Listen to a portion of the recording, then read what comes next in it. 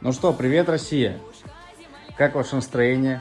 У меня отличное, но видите, у меня здесь, конечно, кавардак полнейший. И вот как мы с вами закончили на старте газа, так мы остановились. Но были просто некоторые обстоятельства, при которых я не мог продолжить дальше ремонт. В ближайшее время мы продолжим серию роликов. И с вами начнем уже более детально прорабатывать все вот эти моменты. И просто уже закончим наконец-то потолок.